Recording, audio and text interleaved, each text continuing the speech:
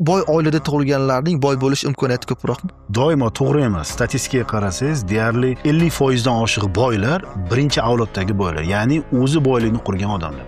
Lekin baribir ularda imkoniyat ko'proqda. Puli bor, kapitali bor, startvi.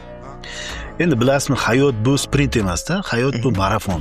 Agar deylik kambag'al bilan boy bir vaqtda boshlasa, mayli u boy 100 metr oldinda, 200 metr, 1 kilometr oldinda boshlashi mumkin. Lekin marafon 1 kilometr bo'lmaydi-da.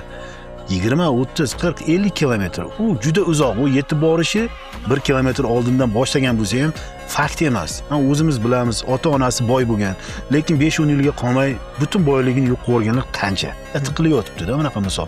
Shuning uchun men o'ylaymanki, kambag'al bo'lish bu imkoniyat. Chunki kambag'al odam och bo'ladi. Kimlargadir nimalardir isbotlashga harakat qiladi. Hayotda urilib, surilib chiqadi. Unda ancha xarakter kuchli bo'ladi. Shuning uchun e'tibor bering, katta qism milliarderlar deyarli 80-90% kambag'aldan chiqqan. Boylar to'q bo'ladi. Tayyoriga ayyor deydi-ku bizda. Shunaqa bo'ladi boyda bolalar.